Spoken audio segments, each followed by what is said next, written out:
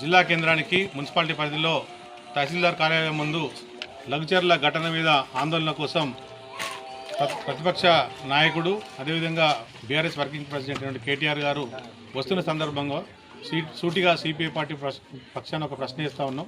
మరి మీరు అధికార పక్షంలో ఉన్నప్పుడు మీ తండ్రి గారు గత మాజీ సీఎం కేసీఆర్ గారు 2023 జనవరి 20న మైబాద్ మున్సిపాలిటీకి 50 కోట్ల రూపాయలు విడుదల చేస్తూ మరి ఈ యొక్క అభివృద్ధి కార్యక్రమాలు మీరు మైబాద్ పట్టణంలో చేసుకోవాలని వరాల జల్లు కురిపించినట్టు 34 జీవో ఇది ఇక్కడ ఉన్నది. దీనికి సంబంధించిన నిధులు లేకుండానే మరి గారడీ చేసేటువంటి జీవో ఇచ్చి తర్వాత దీనికి సంబంధించిన నిధుల పేరు మీద అభివృద్ధి పైలాన్ను రేపు మీరు ధర్నా చేయబోయేటువంటి ఆ ధర్నా ప్రదేశం లోపటే ఉంటుంది.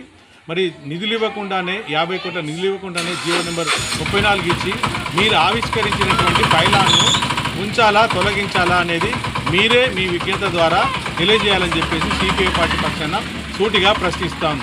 ఇదే కాకుండా 2018 సంవత్సరంలో మైబాద్ మున్సిపాలిటీలోని 2 కోట్ల రూపాయలు 2018లో జీవో నెంబర్ 367 మీరు ఇచ్చి సుమారు 28 అభివృద్ధి పనులు చేసుకోండి అని చెప్పేసి మీరు మీ యొక్క స్వదస్తూరితోటి కూడినటువంటి ఇక్కడ జూమ్ చేసి చూపెట్టండి. ఇక్కడ మీరు చేసినటువంటి ఆదేశాలు దీని ప్రకారం వచ్చినటువంటి ఈ అప్పటి 2018 2 కోట్లు జీవో నెంబర్ 367 50 కోట్లు కేసీఆర్కి ఇచ్చినటువంటి 50 కోట్లు జీవో నెంబర్ 34 సంబంధించిన నిధులు ఇంతవరకు రాకుండానే గారడీ జీవోలు ఇచ్చి ప్రజలు మభ్యపెట్టేదానికి ముందుగా మీరు దానికి సమాధానం చెప్పండి.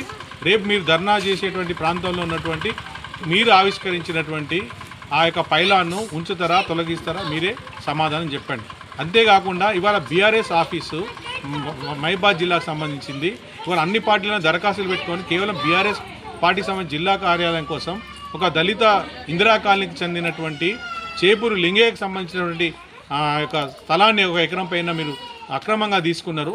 అతని కనీసం నష్టపరిహారం కానీ లేదా భూమికి బదులు భూమి కానీ ఇంకా వేరే ఏది కూడా ఇవ్వకుండా చేసిన దానికి కూడా సమాధానం మీరు చెప్పవలసిన అవసరం ఉంది. అంతేకాకుండా ఇవాళ గత శాసనసభ్యుడు శంకర్ నాయక్ గారు ఉన్నప్పుడు మరి మెడికల్ కాలేజీ పేరు మీద లేదంటే దాని చుట్టూ ఉన్నటువంటి భూములకు సంబంధించిన ఆక్రమణల కథలు భారీ ఎత్తున వచ్చినటువంటి విషయం మనందరికీ తెలుసు. ఆ సందర్భంగా కేవలం 30 ఎకరాలు మాత్రమే మెడికల్ కాలేజ్ తీసుకొని మిగతా అన్నీ కూడా నయానా భయానా కాగితాలు అనే పేరు మీద మరి బాబునాయక్ తండ వాళ్ళ నుంచి కానీ లేదంటే చెనగపురం సంబంధించిన వాళ్ళు కానీ ఇతరుల నుంచి తీసుకున్నటువంటి ఆ భూముల మీద కూడా మీరు అదే క్రమంలో కూడా స్పందించాల్సిన బాధ్యత మీ మీద ఉన్నదని చెప్పేసి కేటీఆర్ గారిని సూటిగా సిపిఐ పార్టీ పక్షాన ప్రశ్నిస్తూ ఉన్నాం. అంతేకాకుండా ఇవాళ దళిత గిరిజనులే కాకుండా అనంతారం సంబంధించిన కొమరమల్లి యాదవ్ అనేటువంటి ఒక నిరుపేద సంబంధించిన యాదవ్ కుటుంబానికి చెందిన భూమే కాకుండా అనేక రకాలైనటువంటి గత 10 సంవత్సరాలు జరిగినటువంటి భూ కబ్జాలు దందాలు లేదంటే గిరిజనులకు సంబంధించినటువంటి ఆ యొక్క హత్యా రాజకీయాలు వాటన్నిటి మీద కూడా మరి కేటీఆర్ గారు నిలదీయాల్సిన అవసరం ఉంది. అందులో పాతదారులు కూడా మీ పక్కన ఉన్నటువంటి వాళ్ళని కూడా మీరు దీని ఏం సమాధానం చెప్తారో చెప్పాలని చెప్పి సిపిఐ పార్టీ పక్షాన మేము డిమాండ్ చేస్తాము.